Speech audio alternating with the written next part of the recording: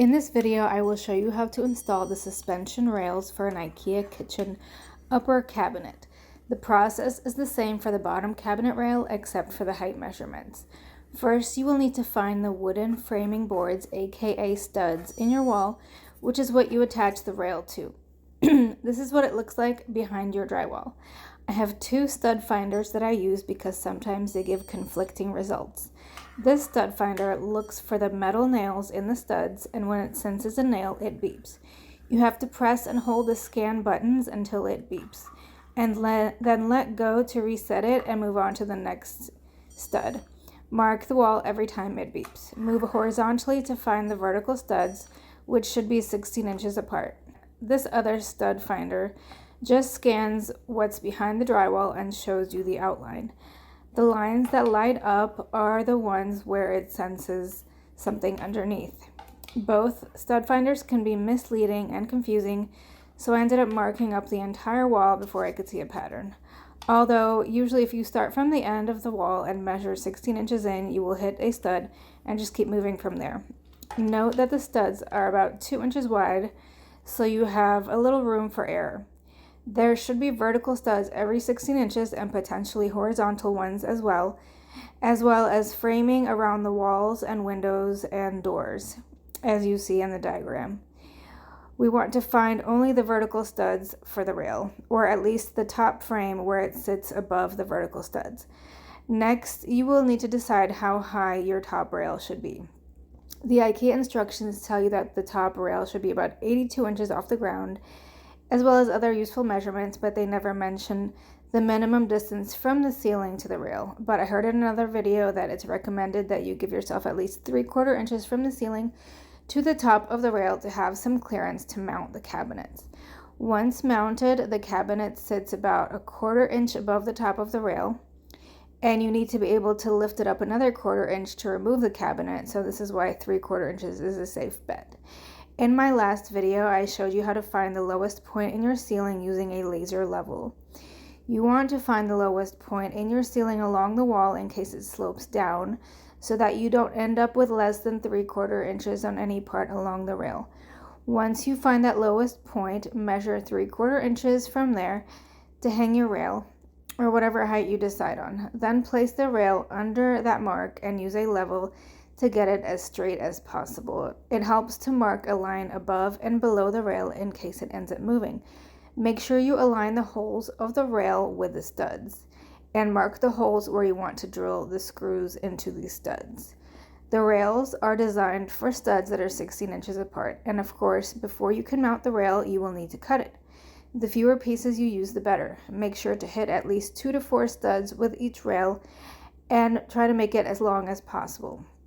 Make sure to cut your rail at least as wide as your outermost cabinets, minus 1/4 or 1/2 inch, because the brackets sit on the outer edges of the back of the cabinet.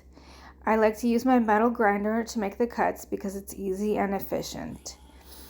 I like these keft discs instead of solid metal blades because supposedly they don't break off and fly into your eyes.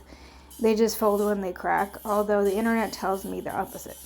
But either way, I like to use the guard on top of the tool whenever possible for safety, as well as safety goggles and ear protection. And it's best to do the cutting outside so you don't leave a mess from all the flying sparks and debris. After you cut your rail, make sure it fits into the space. I recommend you go all the way to the edge of the wall to hit the framing studs at the ends of the walls. So once you have your drill holes marked, you can begin attaching the rail. I purchased these 2.5 inch cabinet screws that have a star-shaped head and come with a star-shaped bit in the box. The internet says to use number 10 or number 12 size screws that are 2.5 to 3 inches long. These say that no pre-drilling is needed, but since I have an old property with old brittle wood, I decided to drill pilot holes anyway, using a 1/8 inch bit that is just skinnier than the screws. I marked the bit with blue tape to mark the depth of my screws.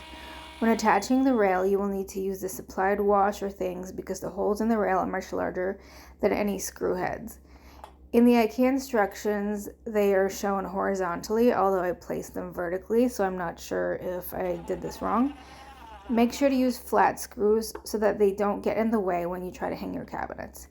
I would start in the middle and attach the first screw there. Then make sure the rail is still level by using a level or the marks on your walls that I told you to make earlier. Then go out to the ends, making sure it stays level, putting a screw in each hole on each stud. Then you are ready to finally hang your cabinets and make sure they sit at the correct height. The easiest way to do this is with a helper, but if you are too lazy to ask for help, you can also buy some cabinet jacks to help you mount. I bought these green ones after almost throwing out my back trying to hang the cabinets alone using just a ladder. They are pretty heavy, so don't be fooled by how easy I make it look. I didn't include the videos of me struggling. The only problem with these cabinet jacks is that they are meant to sit at different angles and they swivel on both ends, and there's no way to lock them in place, so I used center blocks to place on top of the feet and to keep them from falling. I have 2 different levels of ceiling in the kitchen, and on the left side I made the mistake of cutting my rail too short, thinking that the backs of the cabinets, the brackets on the cabinets go all the way across the backs like the rails because it had been weeks since I assembled them. But they don't, so I had to remove these cabinets and redo that rail. No big deal, and thankfully removing the IKEA cabinets and even moving them side to side is pretty easy thanks to this rail system. But once again, make sure to get a helper or use cabinet jacks or supports so that you don't hurt yourself or drop the cabinets when removing them. There may be cabinet jacks out there that lock in place. These ones do not, as I mentioned before. This brand also came with a broken jack, so I could not even use that feature for lifting them up, but they were still useful. Thanks for watching, and make sure to follow me for next steps such as cutting the cover panels. And make sure to follow, comment, like, subscribe, share, and click on the Amazon links in the comments or description for the products used in this video.